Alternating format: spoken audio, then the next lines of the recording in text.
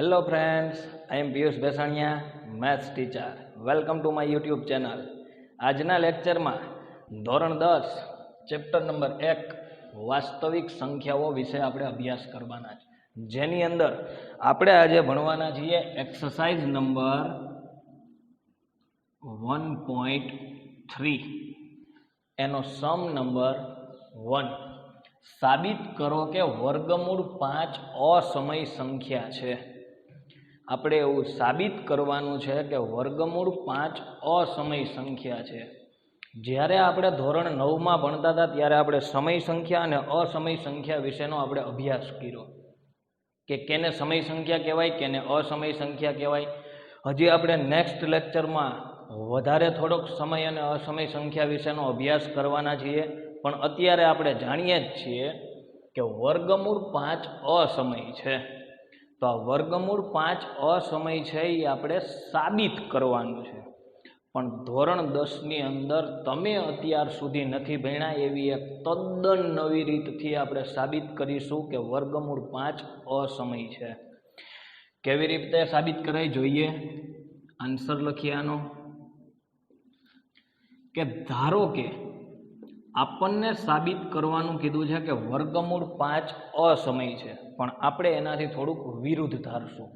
એટલે કે ધારો કે વર્ગમૂળ 5 સમય છે. બતાવવાનું કેવું છે? અસમય. ધાર્યું કેવું આપણે? સમય, જે કોઈ દિવસ શક્ય થવાનું નથી. એટલે કંઈક એવી રીતથી આપણે દાખલો સાબિત કરશું. હવે સમય સંખ્યા છે તો કોઈ પણ સમય સંખ્યા કયા સ્વરૂપમાં હોય થોડુંક એ જાણી લઈએ. પહેલાં કે સમય સંખ્યાનો ગણ છે ક્યુ. આ સમય સંખ્યાના ગણ ક્યુને આપણે આવી રીતે દર્શાવીએ કે પીના છેદમાં ક્યુ, જ્યાં પી બિલોંગ્સ ટુ ઝેડ અને ક્યુ બિલોંગ્સ ટુ એન.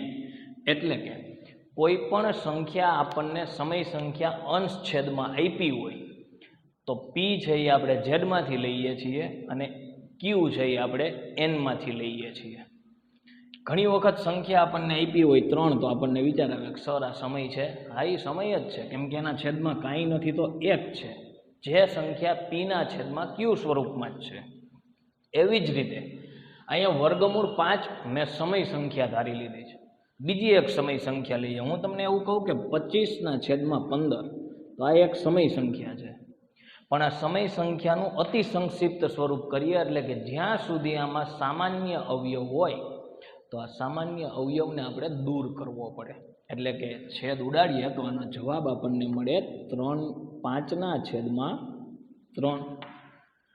તો હવે જે સમય સંખ્યા આપણને મળી, સમય સંખ્યાના જે 2 અંક છે, આ 2 અંકની અંદર હવે કોઈ સામાન્ય અવયવ નથી. સામાન્ય અવયવ નથી મતલબ કે આ 3 અને 5 નો ગુસ્સા કેટલો છે? 1. એટલે કે કોઈ પણ સમય સંખ્યા અંશછેદ સ્વરૂપમાં હોય.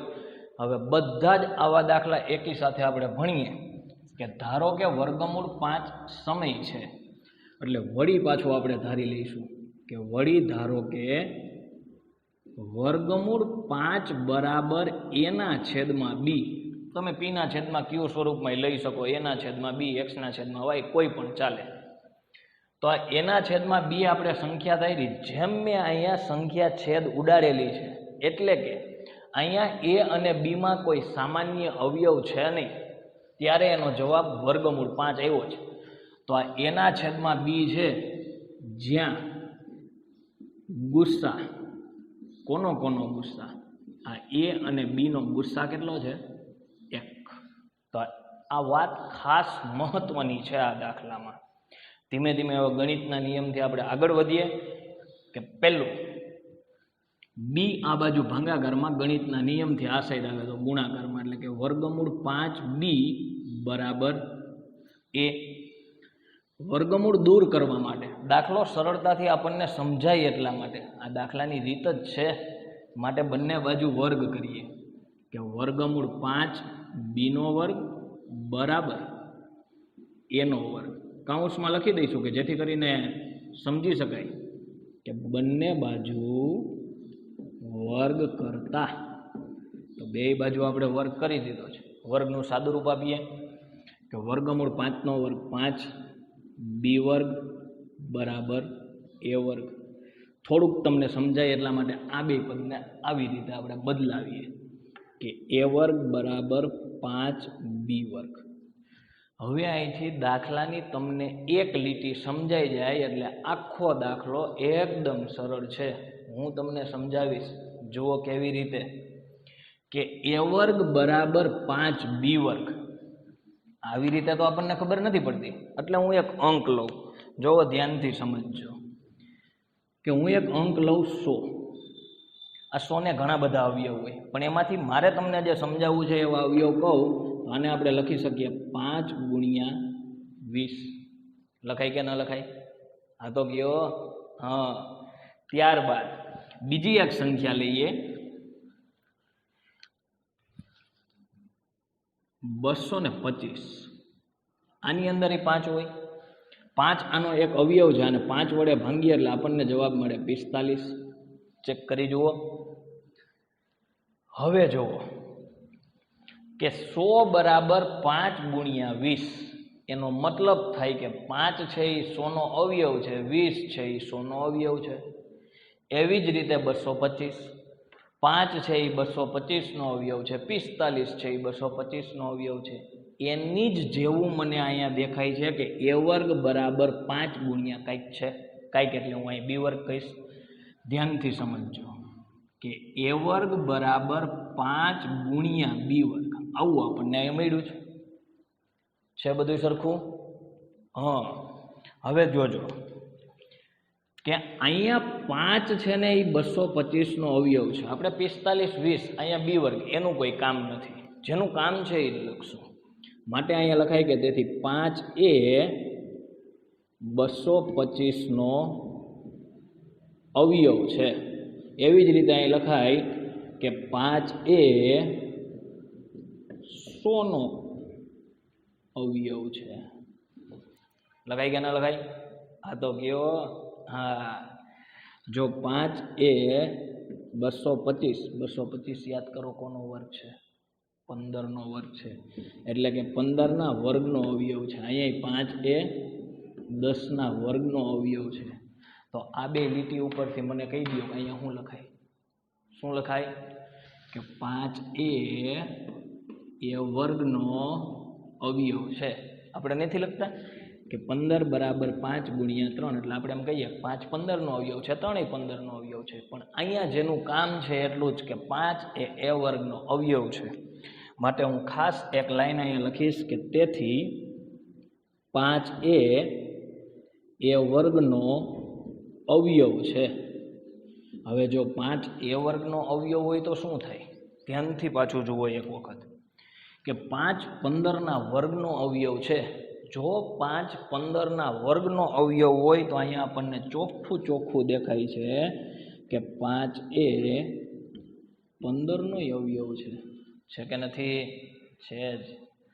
5 એ 10નો અવયવ છે કે નથી? એક વસ્તુ પાછી વધારાની વિચારી લઈએ. શું તમને લાગે છે કે 5 એ 7ના વર્ગનો અવયવ છે એવું તમને લાગે છે? 7નો વર્ગ 49. 5ના ઘડિયામાં ક્યાંય આવે 49? નહીં ને. તો જુઓ 5 એ 7ના વર્ગનો અવયવ નથી, તો 5 એ 7નો અવયવ નથી. તો આની ઉપરથી આપણને એક વાત સમજાય કે 5 એ વર્ગનો અવયવ હોય તો 5 એનો અવયવ છે. માત્ર ખાલી આ દાખલાની અંદર જો આપણને આ બે લીટી ધ્યાનમાં રહે એટલે એકદમ સરળ દાખલો છે. તેથી 5 એનો અવયવ છે. ફરી પાછું એક વખત ફટાફટી રિવિઝન કરી લઈએ. સમય સંખ્યા ધારી. સમય સંખ્યા એના છેદમાં બી સ્વરૂપમાં.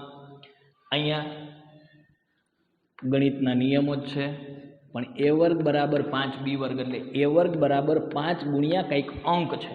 એટલે આપણે શું કહેવાનું કે 5 એ વર્ગનો અવયવ છે. આ સાબિતી ઉપરથી એવું કહી શકાય કે 5 એ વર્ગનો અવયવ હોય તો 5 એનો અવયવ હોય જ. હવે જો 5 એનો અવયવ છે, અહીં ધ્યાનથી જુઓ, 5 એ 15નો અવયવ છે. હવે તમે 15 ને પ્રશ્ન પૂછો કે 15 તારો અવયવ 5 શા માટે છે, પૂછો એને પૂછો, તો એ જવાબ આપશે કે મારો અવયવ 5 એટલા માટે છે કે હું 15 બરાબર 5 ગુણ્યા 3 છું, છે કે નથી? 10 ને પૂછો કે 10 તારો અવયવ 5 શા માટે છે, તો 10 તમને જવાબ આપશે કે હું 10 બરાબર 5 ગુણ્યા 2 છું. તો હારોહાર હવે આને પ્રશ્ન પૂછી લઈએ કે 5 તારો અવયવ 7 શા માટે નથી, તો જવાબ આપશે કે 7 બરાબર હું 5 ગુણ્યા કાંઈ નથી, એટલા માટે એનો અવયવ નથી.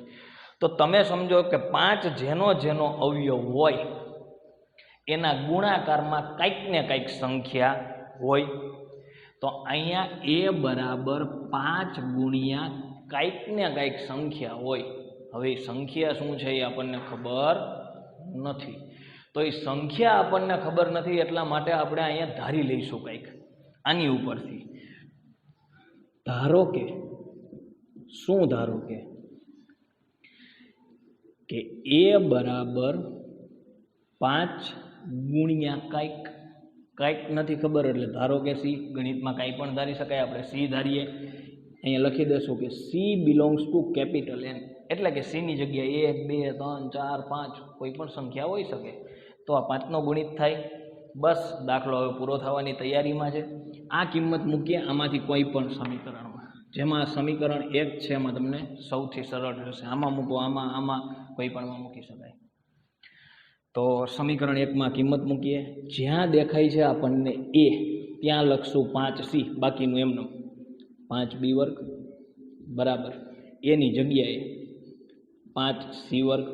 પૂછો કે સર આ ક્યાંથી આવ્યું, હું તમને જવાબ આપીશ કે મેં 1 ઉપરથી લખ્યું એટલે એનું કારણ આપણે સાઈડમાં લખી દઈશું. લખવું તો જોઈને. 5b વર્ગ બરાબર 5નો વર્ગ 25c વર્ગ. ફરી પાછું જોવું, હમણાં એવું જ કંઈક આવશે. 5 જવા દો ભાગાકારમાં, b વર્ગ બરાબર 25/5 એટલે 5c વર્ગ. છે કે નહીં એવું જ? હવે આને જુઓ, આને જુઓ. તમે મને સામેથી કહેશો કે સર ફટાફટ હાલો લખી દો કે તેથી 5 એ b વર્ગનો અવયવ છે. તો 5 એ b નો અવયવ છે. સમજાવું પાછું ક્યાંથી આવ્યું? નહીં. તો હવે ફરી પાછી આ બે લીટી જોઈએ કે 5a નો અવયવ છે, 5b નો અવયવ છે. આની ઉપરથી આપણને શું સમજાય છે? તો તમે કહીશો સર કાંઈ નથી સમજાતું. એટલે તો હું સમજાવું જ તમને કે જુઓ, 5 15નો અવયવ છે, 5 10નો અવયવ છે, એ તો ખબર છે. અરે એમ નહીં, 5 છે એ 10નો અવયવ છે, 5 છે એ 15નો અવયવ છે. તો આપણે જે ચેપ્ટર ભણીએ છીએ એની ઉપરથી તમને શું સમજાય છે કે 10 અને 15નો ગુસ્સા 5 છે. કયો? હા 10 અને 15નો ગુસ્સા કેટલો થાય? 5. માટે હું આની ઉપરથી એક મસ્ત લીટી અહીંયા લખી શકું. કઈ લીટી લખી શકું હું અહીંયા? જોઈએ આગળ.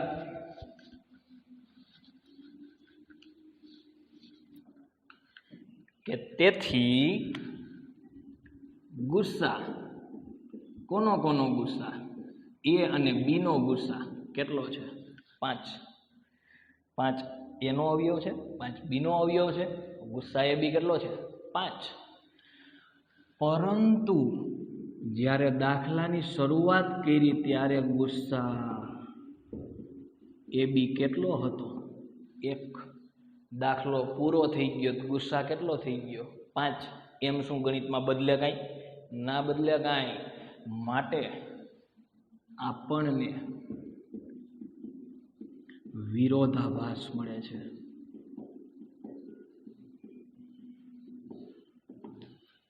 તો આ વિરોધાભાસ છે. શરૂઆતમાં ગુસ્સા 1 હતો, દાખલો પૂરો થયો તો ગુસ્સા 5 થઈ ગયો. હવે કાલ સવારે આપણે અહીંયા એક અંક મૂકીએ 29, તો ગુસ્સા 29 થઈ જાય. આવું ના ચાલે ગણિતમાં. આપણને વિરોધાભાસ મળે છે. તેથી આપણી ધારણા ખોટી છે. તેથી વર્ગમૂળ 5 ધારણા ખોટી છે. ધારણા હતી શું આપણી? આપણી ધારણા હતી સમય સંખ્યા, એ ખોટી છે તો વધ્યું શું? અસમય છે. જુઓ ધ્યાનથી, એક પછી એક સ્ટેપ વિચારતા જાઓ. એકદમ સરળ દાખલો છે. વધુ આવા દાખલાઓની પ્રેક્ટિસ કરીએ.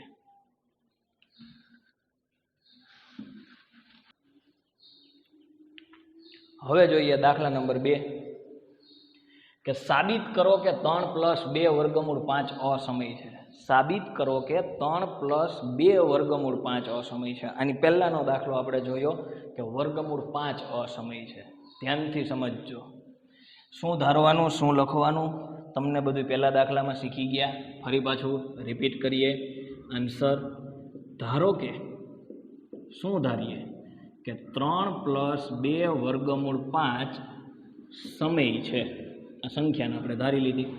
વળી પાછું તમને આવડે છે કે વળી ધારો કે, શું ધારો કે 3 + 2√5 બરાબર a/b સમય છે. તમે કહેશો ના સર, અહીંયા લખો ગુસ્સા એ બી એક છે. ધ્યાનથી જુઓ, ત્યાં વર્ગમૂળ 5 અલગથી હતા. અહીંયા વર્ગમૂળ 5ની સાથે ઘણી બધી સંખ્યાઓ છે. જ્યારે આવી ઘણી બધી સંખ્યાવાળો દાખલો આવે ને ત્યારે એકદમ સરળ દાખલો, કોઈ જાતની ઝંઝટ જ નહીં. કેવી રીતે? હું તમને સમજાવું કે ગણિતના નિયમ અનુસાર 3 આ બાજુ પ્લસ, સામે જાય તો બોલો હા કે 2 વર્ગમૂળ 5 બરાબર a/b - 3. ઉપરની સંખ્યા સમય હતી તો આ કેવી હોય? સમય જ હોય. માટે હું અહીં લખીશ કે સમય છે. ત્યારબાદ અહીંયા સાદુરૂપ આપી શકાય. કેવું સાદુરૂપ? કે 2 વર્ગમૂળ 5 બરાબર લસા લઈએ b. આના છેદમાં હતો b તો ઉપર કાંઈ ન થાય. આના છેદમાં નતો b તો b ગુણવો પડે ને, એટલે કે 3b. આમાંથી જ આ સ્ટેપ લખ્યું છે, માટે મારે લખવું પડે અહીંયા કે સમય છે. આવી જ રીતે 2 આ બાજુ ગુણાકારમાં, સામે જાય તો ભાગાકારમાં, વર્ગમૂળ 5 બરાબર a-3b/b. શું પ્રશ્ન થયો? કે 2 શા માટે મોકલા? 5ને મોકલો ના. તમે ધ્યાનથી સમજો કે જે અસમય સંખ્યા આપણને દેખાય છે એમાં એને ટૂંકમાં આપણે અલગ રાખવાની. સમય છે. અલગ પડી ગઈ, પણ 2 ઘટે છે અહીંયા. હા, હવે બરોબર. પરંતુ વર્ગમૂળ 5 કેવી સંખ્યા છે? અસમય છે. અત્યાર સુધી હું કહું છું સમય છે, પણ આ આખી સંખ્યાને ધ્યાનથી જોયું તો આ સંખ્યા કેવી છે? અસમય છે. ફરી પાછો વિરોધાભાસ, માટે લખવું પડે કે તેથી આપણને વિરોધાભાસ મળે છે. પાછો વિરોધાભાસ મળ્યો. તેથી ફરી પાછી આપણી ધારણા ખોટી છે. ધારણા ખોટી છે. શું ધાર્યું હતું આપણે? સમય ધાર્યું હતું. ખોટી છે તો શું છે? કે તેથી 3 + 2√5 અસમય છે કે નથી? હવે બોલો એક વખત કે એકદમ સહેલા દાખલા છે. ફરી પાછા નવા દાખલાની પ્રેક્ટિસ કરીએ. દાખલા નંબર 3 કે નીચે દર્શાવેલ સંખ્યાઓ અસમય છે તેમ સાબિત કરો. નીચે દર્શાવેલી તમને સંખ્યાઓ જે આપી છે એ અસમય સાબિત કરવાની. જેમાંની એક રકમ મેં લખી છે. આવા 3 દાખલાઓ છે. જેમાંનો પહેલો દાખલો છે કે 1/√2 અસમય આપણે સાબિત કરવાની છે. ધ્યાનથી જુઓ. આગળના 2 દાખલા ભણી ગયા પછી એકદમ સરળ દાખલાઓ તમે જાતે ગણી શકો, પણ હું તમને થોડીક મદદ કરું. કે લખ્યાનો આન્સર આપણે, તો આન્સરમાં આપણે લખશું કે ધારો કે, શું ધારી લઈશું? કે ધારો કે 1/√2 સમય છે. તો આ સમય સંખ્યા છે. વળી પાછું આપણે ધારી લઈશું કે વળી ધારો કે 1/√2 બરાબર a/b સમય છે. એમ નહીં. યાદ કરો પાછો પહેલો દાખલો, ત્યાં √5 અલગથી હતું. અહીંયા રૂટ 2 અલગથી છે, મતલબ કે 1ના છેદમાં છે. આ દાખલાને પહેલા દાખલાની જેમ ગણવો પડે.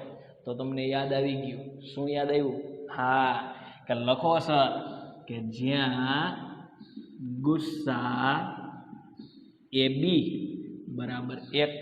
બસ હવે તો પહેલા દાખલાની જેમ જ બી ભાગાકારમાં આ સાઈડ આવે તો ગુણાકારમાં, રૂટ 2 સામેની સાઈડ એટલે રૂટ 2a. શું કરવાનું અહીંથી? ગુણાકાર ગુણાકાર ના, શું? વર્ગ. બંને બાજુ વર્ગ કરતા રૂટ 2a નો વર્ગ. કારણ લખી દઈએ, બંને બાજુ વર્ગ કરતા.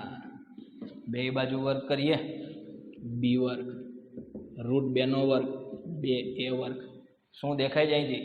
કે બી વર્ગ બરાબર 2 ગુણ્યા કાંઈક છે એવું દેખાય જ સર અમને. તો માટે તમારે લખવું પડે કે 2a બી વર્ગનો અવયવ છે. જો 2 છે એ બી વર્ગનો અવયવ હોય તો ચોખ્ખી વાત છે કે 2a બીનો અવયવ છે. ન સમજાણું? અરે જુઓ પાછો પહેલો દાખલો, હમણાં ફટાફટી સમજાઈ ગયો છે. આગળ વધીએ. વળી ધારો કે શું ધારવું પડે? કે બી બરાબર 2 ગુણ્યા કાંઈક એટલે કોણ? સી. લખી દઈએ કે સી બિલોંગ્સ ટુ એન. આ કિંમત ફરી પાછી સમીકરણ 1માં ક્યાં છે? આમાં તમને બેમાંથી જેમાં સારું લાગે એમાં.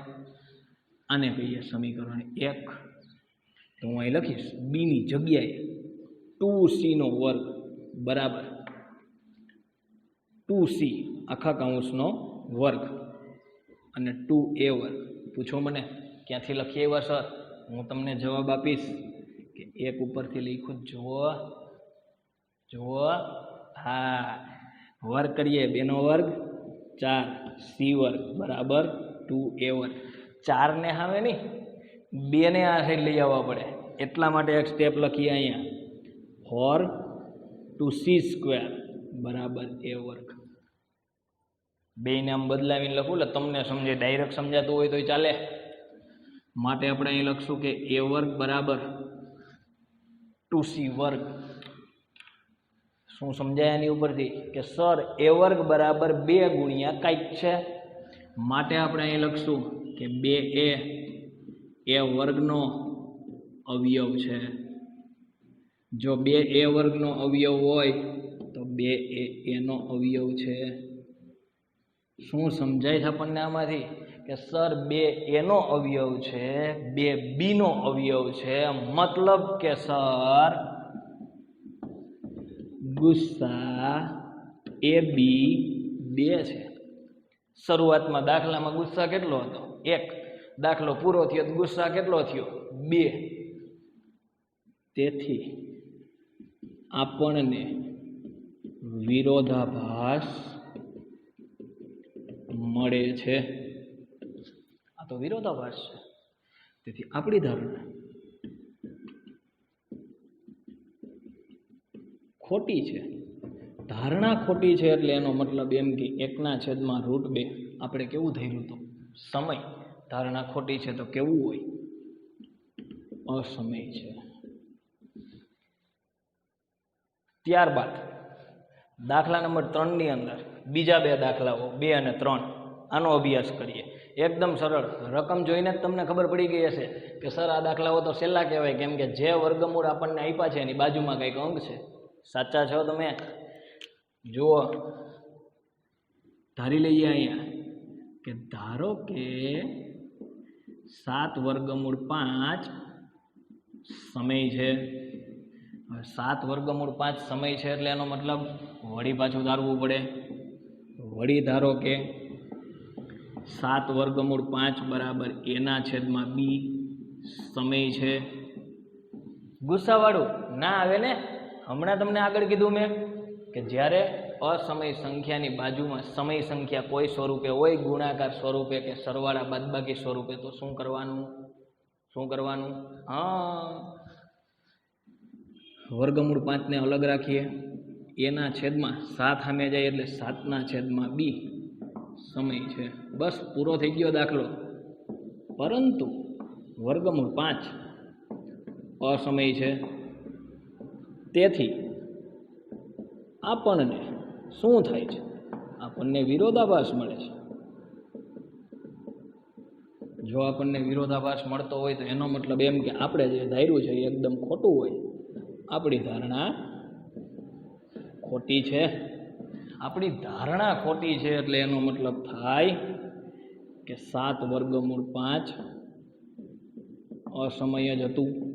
અમે તો સમય ધાર્યું હતું, જે સાબિત ન થયું. ત્રીજો દાખલો આમાંનામાં ધારો કે